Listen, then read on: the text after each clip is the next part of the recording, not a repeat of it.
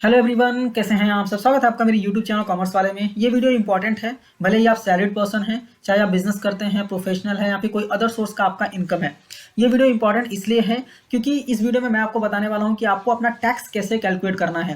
Tax आपको हमेशा periodically calculate करना चाहिए। क्यों करना चाहिए? रीज़न ये है कि आपको पता होना चाहिए कि आपको कितने टैक्सेस आ रहे हैं और आपको कितना एडवांस टैक्स भरना पड़ेगा या फिर कितना टैक्सेस आपको भरने के लिए आएंगे। अभी ये जानना क्यों ज़रूरी? ये जानना इसलिए ज़रूरी है कि अगर हम ये सारी चीज़ें चेक नहीं करते हैं और लास्ट में आईटीआर फाइलिंग भरते वक्त हमें ज़्यादा टैक्सेस आता है तो हमें बेवजह उन टैक्सेस पे इंटरेस्ट भरना पड़ता है। तो इंटरेस्ट अगर आप बचाना चाहते हैं, डेफिनेटली आपको पीरियोडिकली बेसिकली चेक करना चाहिए आपका कितना टैक्स आ रहा है। उसके हिसाब से अगर कोई भी एडवांस टैक्स बनता है तो आपको भर देना चाहिए। तो कैसे चेक करना है इस वीडियो में हम देखने वाले हैं। ठीक है, आप चेक कीजिए, अगर कोई भी लायबिलिटी आती है डेफिनेटली एडवांस टैक्स आपको भर देना है। ठीक है, अभी चेक कैसे करना है तो यहाँ पे अगर आप देखेंगे तो लॉगिन किए बिना ही आपको इनकम टैक्स कैलकुलेटर दिख जाता है, बट यहाँ बहुत सारे ऑप्शंस नहीं मिलते हैं आपको, इसलिए हम सीधा लॉगिन करके देखेंगे कि कैसे हमें चेक करना है। तो ये लॉगिन कर लेते हैं। लॉगिन करने के लिए बेसिकली यहाँ पे लॉगिन पे क्लिक करना है आपको। आपका यूजर नेम एंड पासवर्ड डालना है, मतलब pan card number and password डालना है, डाल के लॉगिन कर लेना है। तो मैं लॉगिन कर लेता हूँ पहले। ठीक है, जैसे आप लॉगिन करेंगे, लॉगिन करने के बाद बेसिकली यहाँ पे आपको इनकम टैक्स एस्टिमेटर करके यहाँ पे दिख जाता है। ये कैलकुलेटर वाला ऑप्शन है, इस पर आपको क्लिक कर देना है। ठीक है, जैसे आप क्लिक करेंगे यहाँ पे कुछ इन्फॉर्मेशन आ जाते हैं, जैसे बेसिक इन्फॉर्मेशन आ जाएगा, इनकम टैक्स इनकम डिटेल्स आएगा, डिडक्शन डिटेल्स आएगा और टैक्स के डिटेल्स आ जाएंगे। तो बेसिक इन्फॉर्मेशन में क्या क्या चीज़ें हैं जो ऑटो फिल होके आती हैं। बेसिकली असेसमेंट ईयर यहाँ पे ऑटो सेलेक्ट हो जाएगा, आप चाहें तो इसको चेंज कर सकते हैं। ठीक है, 22-23 आपको रखना है तो आप 22-23 रखिए, या फिर 23-24 भी आप कर सकते हैं, कोई दिक्कत नहीं है। अगर आप असेसमेंट ईयर 23-24 के लिए देख रहे हैं तो फिलहाल 23-24 कर लीजिए। कैटेगरी इंडिविजुअल ऑटोमेटिक सेलेक्ट करके आएगा, रेजिडेंशियल स्टेटस भी सेलेक्ट करके आएगा। ये सारी चीज़ें ऑटो सेलेक्ट करके आएंगी। यहाँ पे ड्यू डेट भी आ जाता है और यहाँ पे एक्चुअल आप कभी देख रहे हैं वो डेट यहाँ पे आ जाता है। इसके बाद इनकम डिटेल्स में बेसिकली आपको आपका इनकम का डिटेल डालना है। ठीक है, यहाँ पे सारे हेड्स मिल जाते हैं, salary, house property, capital gain, business and profession and other sources. आपके जितने भी सोर्स के इनकम है सारे आप यहाँ पे डाल सकते हैं। फॉर एग्जाम्पल आपका सैलरीड है, मतलब सैलरी इनकम है, आपका जो भी ग्रॉस सैलरी, आपको ग्रॉस सैलरी पूरा डाल देना है। एग्जाम्पल लेके मैं यहाँ पे बता रहा हूँ, फॉर एग्जाम्पल 15 लाख की आपकी ग्रॉस सैलरी है। इसके बाद आपके एग्जाम्पशंस बहुत सारे मिल जाते हैं सेक्शन 10 में, तो वो एग्जाम्पशंस आपको क्लेम कर लेना है। बहुत ही फेमस एग्जाम्पशन एचआरए का है जो मेजरली लोग लेते हैं, तो वो अगर आपका एग्जाम्पशन है तो वो आपको एग्जाम्पशन भी ले लेना है। मैं एग्जाम्पल 25,000 ले रहा हूँ। ठीक है, यहाँ पे डिडक्शंस आपको सेक्शन 16IA का मिल जाता है। बेसिकली यहाँ पे बेसिकली आपको स्टैंडर्ड डिडक्शन 50,000 तक का मिलता है, तो आपको यहाँ पे ये ले लेना है। इसके बाद 16(2) में बेसिकली यहाँ पे आपको प्रोफेशन टैक्स के डिडक्शंस मिल जाते हैं। अगर आपके रिसिप्ट में आप अभी आपको बेसिकली देखना कैसे है, तो अगर आपका रिसिप्ट पे स्लिप जो होता है ना, सैलरी का रिसिप्ट, उसमें बेसिकली आपको डिटेल्स सारे मिल जाते हैं, तो आप वहाँ पे देख सकते हैं। ठीक है, अगर अमाउंट है तो यहाँ पे डालिए, अदरवाइज नहीं डालेंगे तो भी कोई दिक्कत नहीं है। तो सैलरी में ये डिडक्शंस आप ले सकते हैं। ठीक है, सेक्शन 10 में बहुत सारे डिडक्शंस होते हैं, उसके अलग अलग कंडीशंस होते हैं। ठीक है, आप आपका सैलरी स्लिप देखिए, उसमें क्या डिडक्शंस है, उसके हिसाब से आप यहाँ पे डिडक्शन ले सकते हैं। अगर आपको नहीं पता है, कोई प्रॉब्लम है तो मुझे कमेंट करके बताइए, मैं आपको बता दूंगा। ठीक है, नेक्स्ट है हाउस प्रॉपर्टी। हाउस प्रॉपर्टी में बहुत कॉमन जो है वो है इंटरेस्ट फ्रॉम बोरोड कैपिटल, मतलब अगर आपने हाउसिंग लोन लिया है तो उस पर 2 लाख तक का डिडक्शन आपको मिल जाता है। ठीक है, तो अगर आपका हाउसिंग लोन चल रहा है तो आप यहाँ पे इंटरेस्ट का अमाउंट डाल सकते हैं। मैं एग्जाम्पल के लिए डाल रहा हूँ फॉर 151,000, तो आप डाल सकते हैं जितना भी आपका अमाउंट है। अगर आपका रेंट भी आता है आपको, तो आपको रेंट अमाउंट भी यहाँ पे डाल देना। एग्जाम्पल लो, अगर कि 10,000 रुपये आता है तो 1,20,000 तक का आपका रेंट बेसिकली हो जाता है। ठीक है, तो यहाँ पे 30% का आपको डिडक्शन मिल जाता है, स्टैंडर्ड डिडक्शन। ठीक है, तो वो बेसिकली आप यहाँ पे डाल सकते हैं। अगर आपका इनकम है तो डालिए, नहीं है तो जीरो कर दीजिए। ठीक है, फिर हम आ जाएं अगर कैपिटल हेड्स में। कैपिटल गेन का मोस्टली शेयर्स में, म्यूचुअल फंड्स में, डेब्ट फंड में बहुत लोग हैं जो कि इन्वेस्टमेंट्स करते हैं। तो अगर आपका शॉर्ट टर्म कैपिटल गेन हुआ है ड्यूरिंग द ईयर तो अमाउंट आपको यहाँ पे डालना होगा। जैसे फॉर एग्जांपल सितंबर से दिसंबर में आपने सेल किया और आपको कैपिटल गेन हो गया 20,000 रुपये का, तो वो आपको यहाँ पे डाल देना है।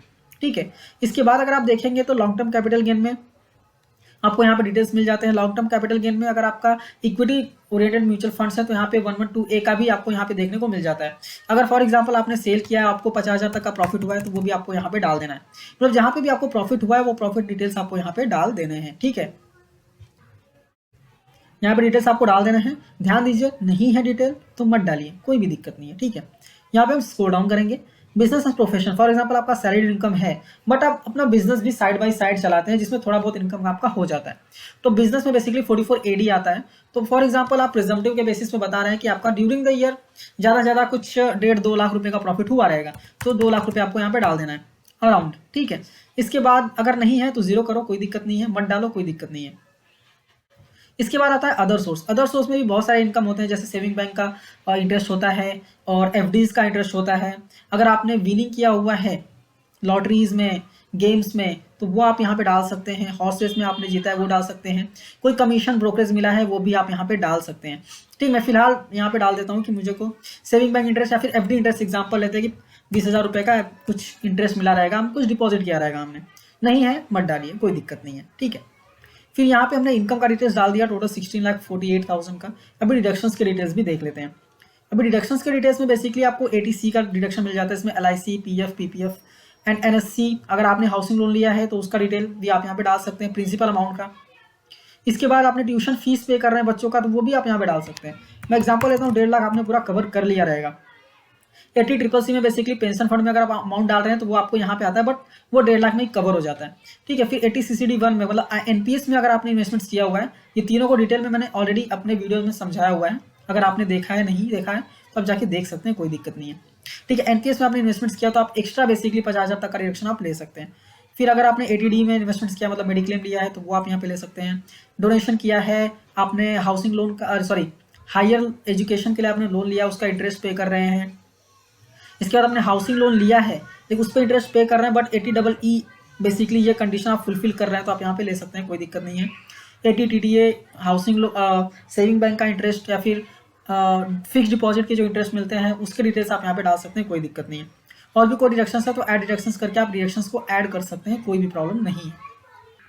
फिर हम यहाँ पे टैक्स डिटेल्स देखेंगे। टैक्स डिटेल्स बेसिकली कोई भी आपका टीडीएस कटा है ना, वो ऑटोमेटिकली पॉपअप हो जाएगा, ठीक है। अगर टीडीएस कटा है तो यहाँ पे पॉपअप हो जाएगा। अगर नहीं हो रहा है तो आप यहाँ पे डिटेल्स ऐड कर सकते हैं, कोई दिक्कत नहीं है।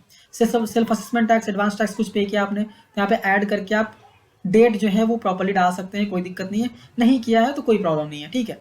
फिर आपको एस्टीमेट टैक्स पे बेसिकली क्लिक कर देना है। जैसे आप क्लिक करेंगे ना तो यहाँ पे आप देख सकते हैं कि ये आपको प्रॉपरली कैलकुलेट करके बताएगा, as per old scheme, as per new scheme. आपको कौन सी स्कीम में फायदा है वो भी आपको यहाँ पे पता चल जाएगा। स्क्रॉल डाउन करके मैं यहाँ पे आता हूँ, सारी डिटेल्स आपको दिख जाएंगे जैसे डिटेल्स आपने डाले हुए हैं, ठीक है। अभी अगर आप यहाँ पे देखेंगे ना तो यहाँ पे प्रॉपरली आपको टैक्स कितना आ रहा है वो दिखेगा। टैक्स बिफोर रिबेट 251,900 289 आ रहा है। मतलब ये कौन सा स्कीम है, पहला वाला स्कीम आपका ओल्ड स्कीम है, फिर उसके बाद न्यू स्कीम है। तो ओल्ड स्कीम में आपको कितना आ रहा है, यहाँ पे अगर मैं देखूँ तो 251, ओल्ड में 289 है, मतलब 289 आ रहा है न्यू में, ओल्ड में 251 ही आ रहा है आपको। तो आप यहाँ पे देख सकते हैं सारी चीज़ें प्रॉपरली हैं। और यहाँ पे अगर आप देखेंगे ना तो जो मैं आपको बचाने का बता रहा था ना वो ये है, 10,000 फालतू में आप एक्स्ट्रा पे करेंगे, या फिर न्यू में जा रहे हैं तो 12,350 फालतू में आप पे करेंगे, अगर आप ये टैक्सेस जो है ना एज अ एडवांस टैक्स पे नहीं कर देते हैं तो, ठीक है। तो ये सारी चीज़ें बेसिकली आपको चेक करनी है कि प्रॉपरली आपका टैक्स अमाउंट आपने भरा हुआ है कि नहीं भरा हुआ है, सारी चीज़ें आपको चेक करनी है, ठीक है। तो आपको समझ में आ गया होगा कि कैसे बेसिकली सारी चीज़ें आपको देखनी है, ठीक है। फिर भी कोई डाउट रहेगा तो मुझे कमेंट करके आप बता सकते हैं। सारे टैक्सेस आपको यहाँ पे दिख जाते हैं।